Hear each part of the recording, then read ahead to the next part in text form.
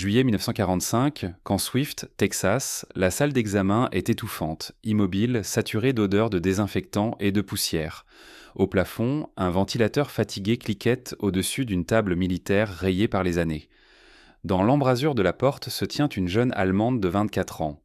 Ses jambes tremblent si fort qu'elle n'arrive presque plus à les rapprocher. Je n'arrive pas à fermer les jambes, murmure-t-elle à l'intention du médecin américain, qui s'attend à découvrir une blessure de combat ou quelque atteinte mystérieuse. Il lui demande d'enlever ses bottes. Lorsqu'il baisse les yeux, ce n'est pas le sang d'une balle qu'il voit, mais des os saillants, des plaies ouvertes, et la vérité brute de longs mois de faim. Dans l'un des pays les plus riches du monde en nourriture, une prisonnière ennemie est arrivée au seuil de la mort par inanition. Et ce que ce médecin va faire après cet instant changera la manière dont des milliers de prisonniers seront traités. C'est une histoire vraie, une histoire de guerre, d'effondrement et d'une petite salle d'examen qui a marqué la médecine moderne. Juillet 1945, Camp Swift, Texas. La pièce est étroite, surchauffée. L'odeur du désinfectant pique le nez. Le ventilateur fait tourner lentement un air tiède. À travers la moustiquaire, la lumière poussiéreuse dessine des bandes pâles sur le linoléum usé. La porte grince doucement. Une jeune femme en uniforme allemand, délavé, entre, s'accrochant au chambranle comme à une béquille. Elle s'appelle Keith Schmidt. Elle a 24 ans, mais ses gestes sont ceux d'une personne bien plus âgée. À son côté se tient une infirmière américaine du Women's Army Corps, le lieutenant Sarah Chun. « Par ici », dit-elle doucement en l'orientant vers la table d'examen, à quelques mètres seulement. Quelques pas qui auraient dû être insignifiants. Le capitaine David Morrison observe depuis la table. 42 ans, médecin venu de Philadelphie. Il a vu l'Afrique du Nord, l'Italie, les éclats d'obus, les poumons rongés par l'infection, les corps amaigris par de mauvaises rations. Il pense savoir à quoi ressemble la faim. « Avancez jusqu'à la table », dit-il par l'intermédiaire d'un interprète. Keith s'oblige à bouger. Un pas, ses jambes vacillent. Un deuxième, sa main jaillit pour s'accrocher au mur. Elle respire comme après une montée raide alors qu'elle n'a parcouru qu'1 mètre. Il lui faut presque 1 minute entière pour franchir la courte distance. Quelque chose se serre dans la poitrine de Morrison. À 24 ans, elle devrait être solide. Chaque mouvement, au contraire, ressemble à une lutte contre la gravité. Pour lui, c'est le premier signe que la situation est grave. On commence par les mesures. L'infirmière énonce les chiffres en écrivant 1m68, 39 kg, 39 kg pour cette taille. Une femme en bonne santé devrait en peser bien davantage. Morrison calcule mentalement. Son indice de masse corporelle tourne autour de 14. La normale serait plutôt 20 ou 21. Elle n'est pas seulement mince. Elle est en danger. Tension basse. Pouls rapide mais faible. Température légèrement élevée. De près, ses joues là sont creusées, ses yeux trop grands pour son visage. « Je dois examiner vos jambes et vos pieds, » dit Morrison. « Enlevez vos chaussures et vos chaussettes. » Keith baisse les yeux vers ses bottes. Ses doigts tremblent en défaisant les lacets. Le cuir est craquelé, luisant au talon. Le silence n'est troublé que par le ventilateur et le frottement lent des œillets. « Je n'arrive pas à fermer les jambes, » murmure-t-elle dans un anglais hésitant. Elle tremble. Ça me fait mal ici. Elle touche ses genoux, puis ses chevilles. Quand elle retire la première botte, l'odeur monte aussitôt. Sueur ancienne, tissu humide et quelque chose de plus acide, l'odeur d'une infection cachée. Elle enlève la chaussette épaisse. Morrison regarde et un instant, son sang-froid vacille. Ses mollets ne sont plus que des baguettes sous la peau. Presque aucun muscle. Les os du tibia et de la cheville saillent comme des arêtes sous un drap trop fin. La peau est pâle, tendue, presque translucide. Ses pieds sont pires encore. Chaque orteil est nettement dessiné. Des veines bleutées forment un réseau sur le dessus. Plusieurs ongles sont fendus ou noircis. Autour des chevilles et sur les côtés des pieds, des plaies rondes et enflammées, certaines jaunâtres, d'autres rouges à vif. Par endroits, la chaussure a frotté jusqu'à mettre l'os à nu. « Mon Dieu !» souffle l'infirmière avant de se reprendre. Plus tard, Morrison notera membres inférieurs présentant une fonte musculaire extrême, multiples escarres aux pieds et aux chevilles, certaines infectées. Œdème présent malgré l'état de dénutrition. Il a déjà vu la faim. Jamais à ce point-là, gravé si profondément dans le corps d'une jeune femme. Le plus troublant reste le gonflement. À 39 kilos, ses chevilles sont pourtant enflées. des jambes de brindilles se terminant par des articulations boursouflées. Signe classique d'un organisme qui se détruit tout en essayant désespérément de retenir eau et sel. « Depuis quand avez-vous du mal à marcher ?» demande l'interprète. « Depuis janvier, peut-être février », répond Keith à voix basse. « Les rations ont diminué, puis encore, puis presque plus rien. Mes jambes, elles ne m'obéissaient plus. » Dans ses notes, Morrison écrira encore « Démarche d'une femme de 60 ans, visage de 24. » Organisme se nourrissant de sa propre masse musculaire depuis des mois. Ce n'est pas de la propagande, c'est la réalité, visible dans les os, la peau et les plaies. Dehors, les champs américains sont pleins et les soldats mangent 3 repas par jour. Ici, dans cette pièce, une ennemie du camp perdant n'arrive même plus à rapprocher ses jambes sans douleur. Le contraste est cruel. Dans le pays le plus riche en nourriture de la planète, la prisonnière devant lui est en train de mourir de faim. Morrison termine l'examen en silence. Il comprend aussitôt qu'il ne s'agit pas d'un simple amaigrissement. C'est l'aboutissement d'un long chemin de privation qui n'a pas commencé au Texas. Pour comprendre comment une jeune employée de bureau de Hambourg est arrivée en Amérique avec des jambes comme des brindilles et des pieds ravagés, il faudra regarder de l'autre côté de l'océan, vers les derniers mois désespérés d'un Reich qui s'effondrait et des rations qui, jour après jour, se sont réduites jusqu'à presque disparaître. Pour comprendre les jambes décharnées de Keith au Texas, il faut remonter plusieurs mois en arrière, jusqu'à l'Allemagne, dans un pays qui manquait déjà de presque tout. Au début de 1944, Keith Schmidt n'était pas sur un champ de bataille. C'était une jeune femme ordinaire assise dans un bureau gris près de Hambourg. Elle travaillait comme employée dans un service de ravitaillement. Son quotidien, c'était les feuilles de papier, les listes de nourriture, de carburant, d'uniformes, les horaires de train, les rapports d'entrepôt. L'Allemagne se présentait encore comme une nation d'ordre et d'organisation. Les trains arrivaient à l'heure, les formulaires recevaient leurs tampons. Les rations étaient en comptées. La guerre, au début, ne faisait qu'effleurer sa vie. L'air sentait la fumée de charbon et le papier humide. Le cliquetis des machines à écrire et le bruit sec des tampons rythmèrent les journées. Sa carte de rationnement lui donnait du pain, un peu de viande, un peu de matière grasse. Ce n'était pas l'abondance, mais c'était suffisant. Puis les bombardements sont devenus plus fréquents. Hambourg a été frappé encore et encore.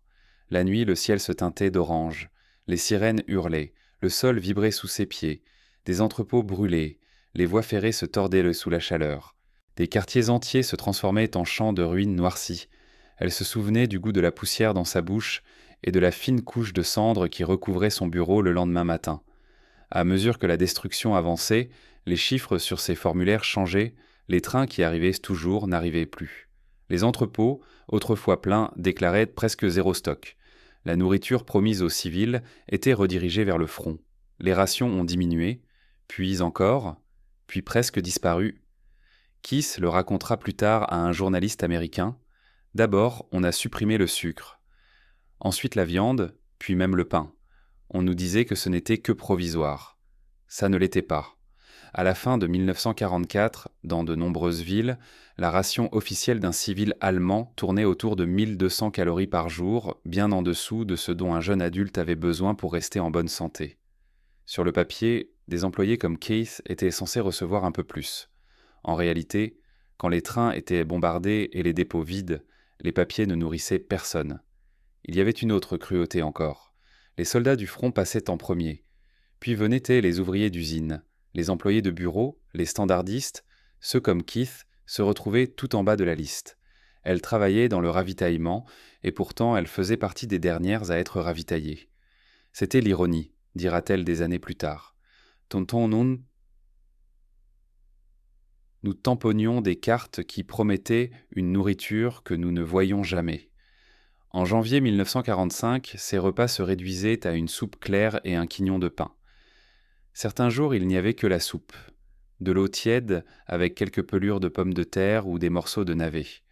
Le goût était fade, amer. Son estomac gargouillait sans cesse. Son corps commençait à se consumer lui-même. L'hiver était glacial. Le vent du fleuve traversait les murs trop minces et les manteaux trop légers. Debout à son bureau, elle se sentait prise de vertige. Ses doigts tremblaient sur les touches de la machine à écrire. Monter un escalier la laissait essoufflée.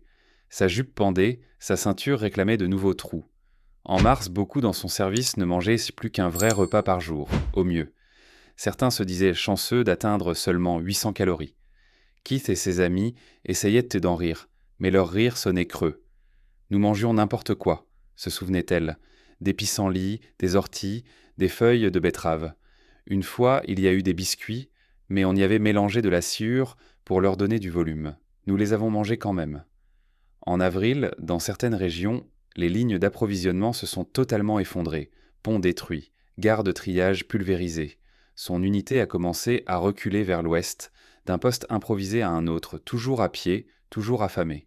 Ses bottes, autrefois serrées, glissaient maintenant sur ses pieds amaigris. Le cuir entamait la peau. Chaque journée de marche ouvrait un peu plus les plaies. Il y avait des jours sans aucune nourriture, disait-elle. Nous marchions en essayant de ne pas y penser. Certains s'asseyaient et ne se relevaient plus. Lorsque les forces britanniques capturèrent un homme et son groupe en mai 1945, Keith, pour 1,68 m, pesait à peine 40 kilos. Joues creusées, jambes sans force, pieds en lambeaux. Les Britanniques lui donnèrent des rations de base, peut-être 1600 calories par jour, suffisantes pour enrayer la chute, pas pour réparer ce qui avait été détruit. Elle passa par plusieurs camps temporaires, puis fut remise aux autorités américaines. La traversée de l'Atlantique dura environ 2 semaines. La mer était mauvaise. Le navire empestait le carburant, l'huile, le métal et les corps entassés. Keith eut le mal de mer pendant des jours. La nourriture était là, mais l'odeur seule lui soulevait le cœur. Une grande partie de ce qu'elle avalait ressortait aussitôt. Elle perdit sans doute encore du poids pendant le voyage. Quand le bateau accosta à New York, elle tenait à peine debout pendant les formalités. D'autres femmes, moins affaiblies qu'elle, la soutenaient. Le trajet en train jusqu'au Texas dura 4 jours. Un brouillard de roues qui martèle les rails, de fumée froide, de pas lents et précautionneux jusqu'aux latrines, toujours accrochés au bras de quelqu'un. À son arrivée à Camp Swift, des mois de malnutrition sévère avaient presque effacé ses forces. Plus tard, des médecins estimeront qu'elle avait vécu en véritable état de famine pendant 4 à 6 mois. Elle n'était pas une combattante du front, elle était une employée de bureau. Et pourtant, elle arrivait comme un squelette vivant. Le paradoxe était évident. Un pays autrefois célèbre pour son organisation s'était brisé au point de laisser mourir de faim même ses propres employés du ravitaillement. Mais au Texas, Keith allait bientôt découvrir qu'elle n'était pas un cas isolé. Quand le capitaine Morrison commença à examiner les autres femmes de son transport, il comprit que son histoire était loin d'être unique. Elle s'inscrivait dans un tableau bien plus vaste. Le cas de Keith resta dans l'esprit de Morrison longtemps après sa sortie de la salle d'examen. Ce soir-là, à la lumière jaunâtre d'une lampe de bureau, il rédigea un rapport plus détaillé que tous ceux qu'il avait écrits jusque-là. Le bureau sentait l'encre, le vieux papier et l'odeur âcre du carbolique venant de l'infirmerie voisine. Il nota chaque chiffre, chaque observation, taille, poids, indice de masse corporelle estimé à 14, dénutrition sévère, fonte musculaire marquée des membres inférieurs, multiples escarres aux pieds et aux chevilles, certaines infectées, signes de carence en vitamine C et D, cheveux clairsemés, ongles cassants, gencives enflammées, état potentiellement mortel sans prise en charge. Puis il ajouta une phrase qui ne concernait plus une seule patiente, recommandait un examen complet de toutes les prisonnières de ce transport. Soupçonnait une malnutrition prolongée sévère chez un grand nombre. Le lendemain matin, il apporta le dossier au major Thomas Anderson, le médecin-chef du camp. Anderson lut le rapport lentement, les lèvres se serrant un peu plus à chaque ligne. « C'est pire que ce que nous pensions », dit-il enfin en relevant la tête. « Nous savions que l'Allemagne manquait de nourriture, mais là, c'est une famine organisée. » Ou l'effondrement total du ravitaillement, répondit Morrison. Dans les 2 cas, si elle est représentative, notre procédure d'accueil ne suffira pas. Anderson hocha la tête. Examinez toutes les autres, les 30, et consignez tout. Nous avons besoin de faits, pas d'impressions. Pendant les 3 jours suivants, la salle d'examen devint une sorte d'atelier silencieux de mauvaises nouvelles. Une à une, les femmes du même transport que Keith franchirent alors la porte. L'atmosphère ne changeait jamais. L'odeur piquante du désinfectant, le fond de laine usée des uniformes, parfois la senteur aigre de corps mal lavés et de plaies anciennes. Morrison et le lieutenant Chun répétaient inlassablement le même rituel. Taille, poids, tension, observation des cheveux, des dents, de la peau, puis les jambes et les pieds. Les chiffres s'accumulaient comme une statistique funèbre. Sur les 30 femmes, 23 présentaient des signes évidents de malnutrition grave. 15 avaient un indice de masse corporelle inférieur à 16, ce qui ne signifiait plus maigre, mais en danger.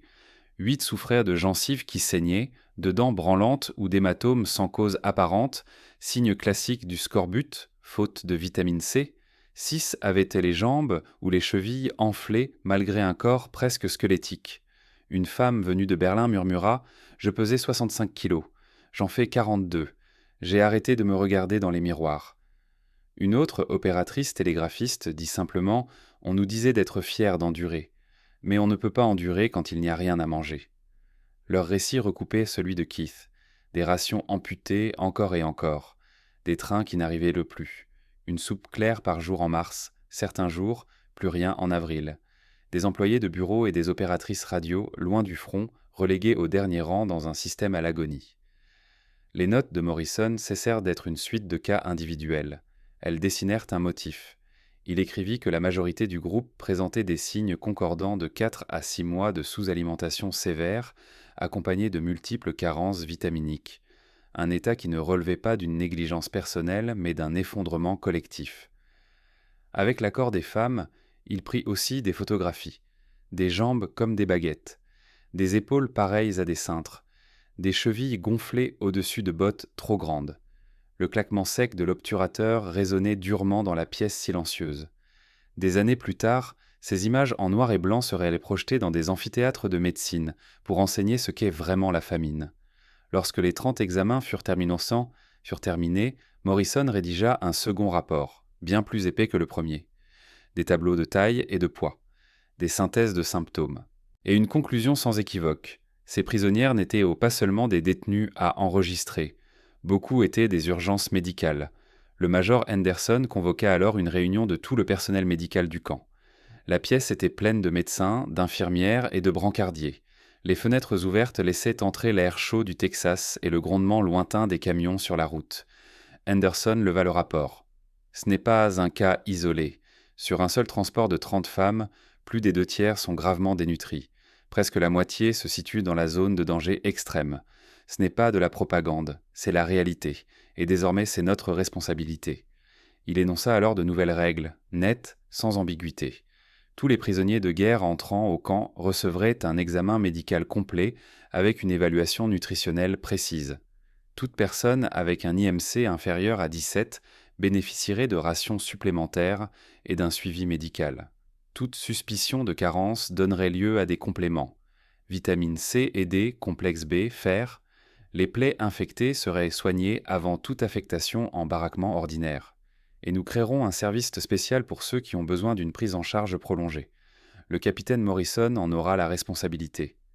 Un médecin demanda « Sommes-nous réellement équipés pour ce niveau de soins envers des prisonniers ennemis ?»« Il le faudra, » répondit Henderson. « La Convention de Genève l'exige, et au-delà de cela, c'est simplement ce qui est juste. » Le contraste était saisissant.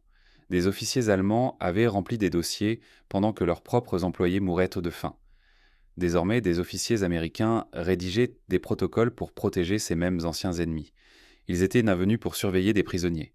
Ils allaient aussi devenir, en partie, les gardiens de patients. Lorsque la réunion se termina, les projets se mirent en marche. Une baraque transformée, 20 lits, davantage d'infirmières, des stocks supplémentaires de protéines, de nourriture et de vitamines. Mais la tâche la plus difficile ne se limiterait pas à des chiffres sur des formulaires. Il faudrait reconstruire des corps brisés, un repas prudent après l'autre, en avançant sur une ligne étroite entre trop peu et trop vite. Ce qui allait se passer dans ce nouveau service mettrait à l'épreuve non seulement le savoir médical, mais aussi la patience. Le personnel y apprendrait combien il est dangereux de nourrir trop rapidement une personne affamée et combien l'espoir revient lentement, gramme après gramme. La nouvelle unité médicale fut installée dans une longue baraque en bois à la lisière de Camp Swift. L'armée retira les anciens lits superposés et les remplaça par des lits métalliques d'hôpital, des draps blancs, des oreillers fins, une petite table à côté de chaque couche. L'air y mêlait l'odeur du savon, du linge bouilli, des bouillons clairs et celle, plus vive, du désinfectant. 8 des 30 femmes, dont Keith, y furent transférées les premières. C'étaient les cas les plus graves, celles qui ne pouvaient ni marcher longtemps ni rester debout. Allongées, leurs os saillaient à travers les matelas. Assises, elles se fatiguaient presque aussitôt. Chaque matin, le capitaine Morrison longeait les lits avec un clipboard sous le bras. Les infirmières prenaient les pouls, les températures, les tensions. Tout était noté, battements par minute, degrés, kilos. Ces chiffres guideraient chaque décision. Les nourrir revenait à avancer sur le fil d'un rasoir. Trop peu et la guérison n'aurait pas lieu. Trop vite et des organismes déjà brisés pouvaient s'effondrer. Morrison connaissait le syndrome de renutrition, ce choc parfois mortel qui peut survenir lorsqu'un corps affamé reçoit soudain une alimentation normale. Les électrolytes, les sels du sang, peuvent se dérégler brutalement. Dans les cas extrêmes, le cœur peut s'arrêter. Le protocole serait donc strict, presque austère. Première semaine, expliqua Morrison à l'équipe, pas plus d'environ 1200 calories par jour. 6 petits repas. Des aliments faciles à assimiler, bouillon, bouillie, œufs très mous si elle les supporte, et surveillance constante. On surveillait chaque détail. Les premiers plateaux arrivèrent en tintant doucement. Un gruau très clair, une cuillerée de purée de pommes de terre, un petit morceau de pain tendre, du thé presque transparent. Pour un soldat en bonne santé, cela aurait paru dérisoire. Pour ces femmes, c'était plus qu'elles n'avaient vu depuis des mois. Au début, Keith mangeait lentement, davantage parce qu'on le lui demandait que parce qu'elle en ressentait l'envie. Son ventre se contractait. Quelques bouchées suffisaient à la rendre nauséeuse. « C'est énorme », murmura-t-elle à l'infirmière en regardant son bol à moitié plein. « Mon corps a oublié comment on mange. » Les infirmières me les encourageaient, cuillerée par cuillerée. Si l'une se sentait mal, la portion suivante était retardée, jamais supprimée. L'objectif n'était pas de remplir les assiettes, mais d'installer un rythme. Morrison exigea des pesées quotidiennes. La première semaine, les chiffres bougèrent à peine. Certaines gagnèrent quelques centaines de grammes, d'autres rien. L'une perdit même un peu de poids lorsque les œdèmes commencèrent à se résorber. « Ne vous découragez pas, leur disait-il. Votre corps réapprend. Cela prend du temps. » La deuxième semaine, l'apport monta autour de 1500 calories par jour. Les repas s'enrichirent légèrement. Davantage de pommes de terre, un peu de viande, des soupes plus épaisses. On ajouta des comprimés de vitamines, C pour les gencives et la peau, D et calcium pour les os, complexe B pour les nerfs, fer pour leur sang, appauvri. Les pastilles étaient en écrayeuses, amères, mais indispensables. À la fin de cette deuxième semaine, Kit avait pris environ 1,5 kg. Cela ne se voyait guère encore, mais elle sentait les changements. Le froid constant s'atténuait. Les plaies de ses pieds, nettoyées et pansées chaque jour, commençaient à se refermer. Le gonflement de ses chevilles diminuait à mesure que ses fluides se rééquilibraient. « Il y a moins de brouillard dans ma tête », confia-t-elle à Morrison lors d'un examen. « Je réfléchis plus facilement. C'est étrange. Je me sens presque coupable. » « Coupable de quoi ? » ?»« De manger aussi bien alors que ma mère est toujours à Hambourg. Je suis sûr qu'elle a moins que moi. » Le paradoxe faisait mal. Dans un pays d'abondance, une prisonnière ennemie reprenait des forces, calorie après calorie, pendant que sa famille, dans l'Allemagne en ruine, faisait face à des assiettes vides. Les troisième et quatrième semaines portèrent à l'apport vers 1800 calories. Davantage de protéines apparurent, des haricots, de petites portions de viande, parfois du lait en poudre mélangé aux boissons. Le bruit des cuillères dans les bols se fit plus vif. Certaines commencèrent à demander une seconde portion. C'était bon signe. La rééducation débuta par des gestes minuscules. D'abord rester assise plus longtemps, puis se lever au bord du lit, un bras sous le coude. Les premières marches se limitaient à traverser la salle et revenir. Le sol était encore dur sous des pieds sensibles, mais la douleur diminuait. Au bout de 4 semaines, Keith avait pris près de 4 kilos. Son visage s'adoucissait. Ses cheveux ne tapissaient plus l'oreiller. Elle traversait maintenant toute la baraque sans s'arrêter, même si elle cédait encore des rampes de lit. Morrison prit de nouvelles photos. Les mêmes jambes, mais un peu plus pleines, des plaies plus petites, une peau moins tendue sur les os. Il nota « Patiente prenant environ 1 kilo par semaine. Retour progressif de la masse musculaire, plaies en voie de guérison. Aucun signe de syndrome de renutrition. » Amélioration de l'état moral. À la 8e semaine, Keith avait repris environ 7 kilos depuis son point le plus bas. Elle montait un petit escalier si quelqu'un restait près d'elle. À la 12e semaine, elle totalisait près de 10 kilos de plus, atteignant environ 50 kilos. Toujours mince, mais sortie de la zone la plus dangereuse. Je pensais mourir, admit-elle un jour, assise dans une bande de soleil près de la fenêtre. Maintenant, je peux à nouveau imaginer un avenir. Je ne m'y attendais pas. Dans toute l'unité, d'autres suivaient le même chemin. Les dossiers révélaient un motif clair. Avec une réalimentation prudente et des vitamines, des corps affamés pouvaient revenir à la vie. Ce n'était pas un discours. C'était une réalité inscrite dans des chiffres qui montaient et des peaux qui cicatrisaient. À mesure que les forces revenaient, les mots revenaient aussi. Morrison et Keith parlèrent davantage lors des contrôles hebdomadaires. Elle évoquait Hambourg, la propagande, ce qu'on lui avait raconté sur les Américains. Ces conversations et les lettres qui suivirent allèrent bientôt révéler une autre vérité troublante. Parfois, un camp ennemi pouvait être plus sûr que son propre foyer. À la fin de l'automne 1945, l'air de Camp Swift s'était rafraîchi. Les matins étaient vifs. Les fenêtres ouvertes laissaient entrer des odeurs d'herbes sèches et de fumée lointaine, au lieu de la seule poussière brûlante. À l'intérieur aussi, quelque chose avait changé. Il restait de la fatigue, mais il y avait désormais des rires discrets, le tintement des couverts, le grincement des lits quand on s'asseyait sans aide. Keith traversait maintenant le camp sans soutien. Elle pesait autour de 50 kilos, plus de 10 de plus qu'à son arrivée. Ses jambes restèrent fines, mais elle montait les escaliers lentement, portait son plateau, aidait même à plier le linge près de la fenêtre. Son esprit, autrefois engourdi par la faim, était redevenu clair. Avec la force vinrent les questions. Un jour, pendant un examen, elle demanda « Comment se fait-il que je mange mieux ici, comme prisonnière, que lorsque j'étais libre en Allemagne ?» Morrison hésita un instant. « Parce qu'ici, les approvisionnements circulent encore. En 1944, les États-Unis produisaient assez pour nourrir leur population et leurs armées à l'étranger. Notre rationnement limite le choix, pas les calories. Nous ne connaissons pas de véritable famine. Mais chez nous, on disait que vous mourriez aussi de faim, répondit-elle, que vos villes étaient les détruites, que vos gens étaient maigres. » Morrison secoua la tête. « Nos villes n'ont pas été bombardées comme Hambourg ou Berlin. La plupart des Américains ont traversé la guerre avec des assiettes pleines. C'est ce que la propagande ne montre pas.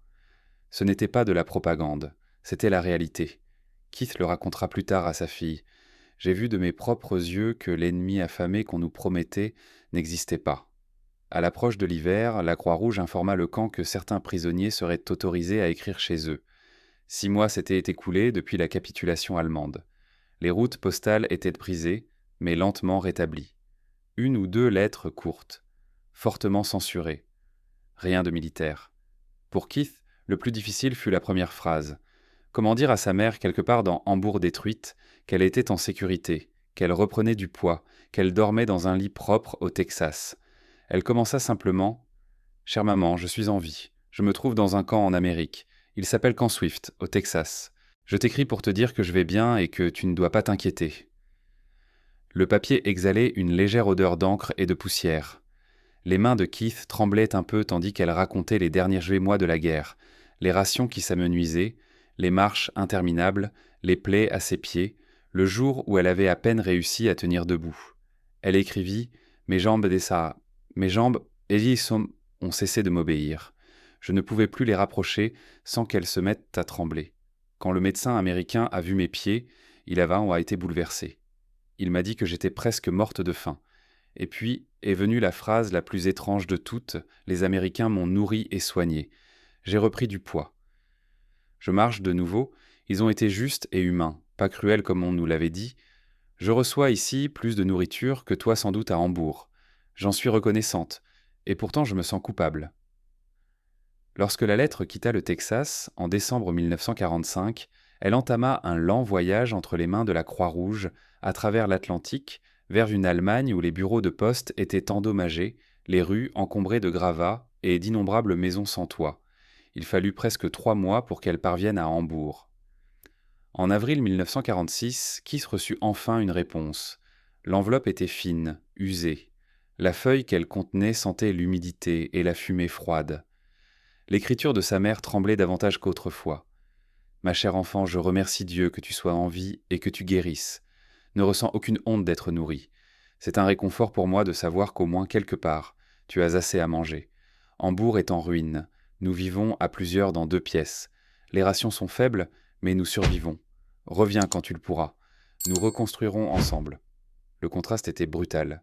Au Texas, Kit recevait 3 repas soigneusement préparés par jour avec du pain et du lait en supplément, tandis que son poids remontait peu à peu vers une zone saine, autour de 52 ou 54 kilos.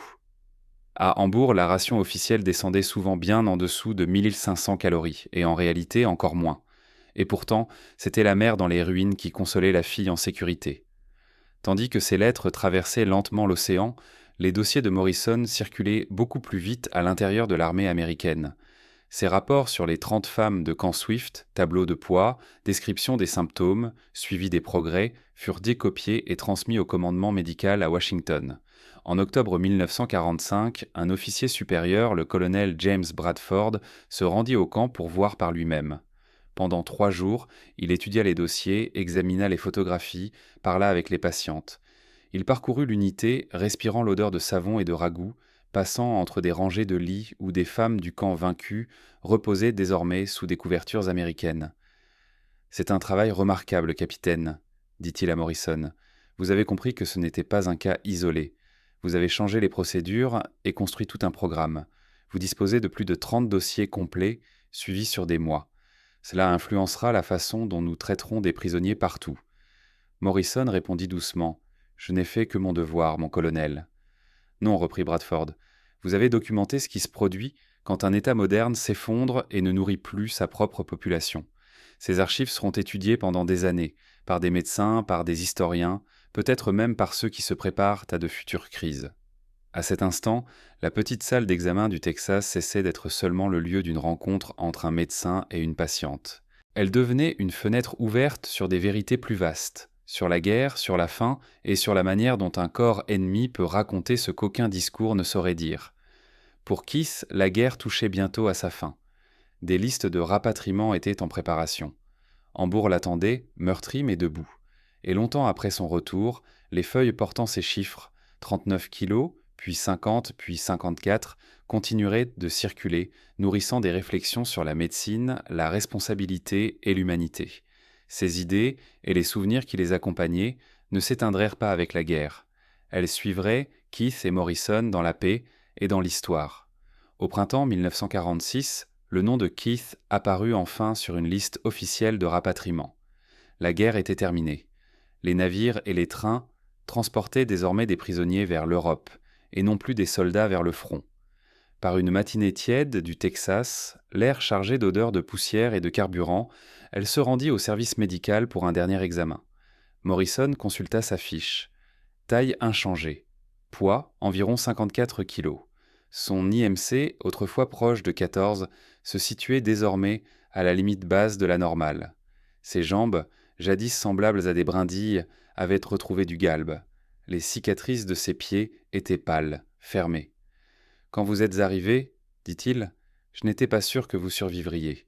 Aujourd'hui, vous êtes en meilleure santé que bien des civils en Europe. »« Vous m'avez sauvé la vie, » répondit Keith à voix basse. « Vous, les infirmières, la nourriture, les soins.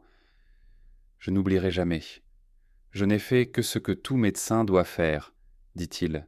Vous étiez une patiente qui avait besoin d'aide. » Ils se serrèrent la main. La pièce sentait l'alcool médical et le linge propre. Après l'armée, Morrison ouvrit un cabinet privé, consacré en grande partie à la nutrition et à la convalescence. Sur ses étagères reposaient de lourds dossiers venus du Texas, plus de 30 histoires cliniques complètes, des centaines de pages de tableaux, de notes et de photographies. À la fin des années 1940 et au début des années 1950, il publia plusieurs articles scientifiques fondés sur ces données. L'un décrivait comment une augmentation progressive de l'apport calorique, accompagnée de vitamines, permettait de sortir sans danger de la dénutrition sévère. Un autre alertait sur le syndrome de renutrition et proposait des règles pour l'éviter. Ces travaux furent rapidement cités et enseignés. Des facultés de médecine les utilisèrent pour former de jeunes médecins à la prise en charge des survivants de famine.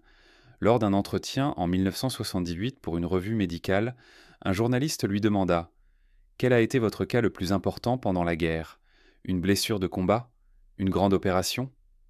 Morrison secoua la tête. C'était une jeune femme qui ne pouvait même pas marcher quelques mètres parce qu'elle avait été affamée pendant des mois. Elle m'a appris que la médecine ne concerne ni drapeau ni uniforme. Elle consiste à voir la souffrance et à y répondre. En 1995, un historien de la nutrition écrivit « Les archives de Camp Swift réunies par le capitaine Morrison comptent parmi les documents les plus détaillés dont nous disposons sur la famine et la récupération. Ces mesures hebdomadaires et ces photographies méthodiques ont servi de modèle au traitement moderne de la malnutrition sévère dans les zones de crise. » La vieille salle d'examen de Camp Swift avait depuis longtemps disparu. Le camp lui-même avait été démantelé. De l'herbe neuve poussait là où se dressaient autrefois les baraques. Mais dans les archives et les bibliothèques, les traces subsistaient, des dossiers, des tableaux de poids, des photographies montrant les jambes décharnées d'une jeune femme telles qu'elles étaient au premier jour. Tout le reste avait changé. Elle avait quitté l'unité non plus comme un squelette à peine capable de se tenir debout, mais comme une jeune femme marchant la tête haute. Le retour à Hambourg fut un choc d'une autre nature. Lorsque Kiss descendit du train, elle découvrit une ville de murs brisés et de fenêtres vides. L'air était chargé de poussière, de fumée et de cette odeur de briques brûlées qui semblait ne jamais disparaître. Des rues entières étaient barrées par les gravats. Beaucoup d'immeubles n'étaient plus que des carcasses. Les rations restaient dérisoires, souvent bien en dessous de 1500 calories sur le papier et parfois moins encore dans la réalité. Mais Keith possédait désormais un atout précieux, un corps reconstruit, quelques notions d'anglais et une expérience administrative. Elle trouva un emploi auprès des autorités britanniques d'occupation, aidant à classer des formulaires pour la reconstruction et le rationnement. Le travail lui paraissait étrange, mais nécessaire. Dans une lettre adressée à Morrison en 1947, elle écrivit « J'organise maintenant des cartes de rationnement au lieu de tamponner des documents pour l'armée. Je pense souvent à l'ironie. Nous croyions autrefois que nous gouvernerions l'Europe. Aujourd'hui, nous faisons la queue pour recevoir du cacao de votre part. » Ils étaient pris partis en conquérants. Ils revenaient en élèves, contraints d'apprendre de ceux qu'ils avaient appelés leurs ennemis.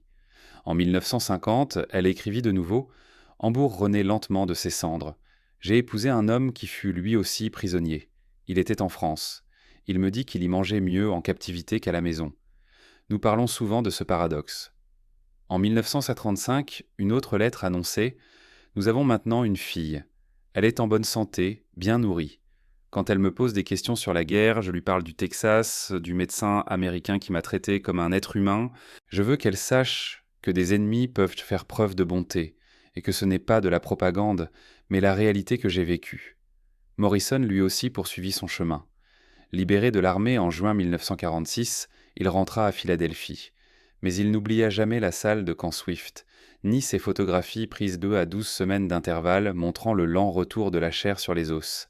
Kiss mourut à Hambourg en 2001 à l'âge de 80 ans, entouré d'enfants et de petits-enfants qui n'avaient jamais connu la faim véritable.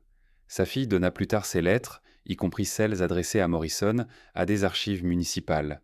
Morrison était décédé plus tôt, en 1988, à 85 ans. Sa famille remit ses documents de guerre à une collection d'histoire médicale. Aujourd'hui encore, des chercheurs ouvrent ces boîtes. Ils y retrouvent les chiffres, 39 kilos, puis 50, puis 54, les notes sur les plaies, les vitamines, et cette preuve silencieuse que le soin peut traverser les lignes ennemies. Leurs corps ont disparu, la guerre est depuis longtemps terminée. Mais la leçon née dans cette salle étouffante du Texas demeure. Lorsqu'un médecin choisit de voir un patient plutôt qu'un prisonnier, il transforme non seulement une existence, mais aussi la manière dont le monde comprend la faim, la guérison et la responsabilité.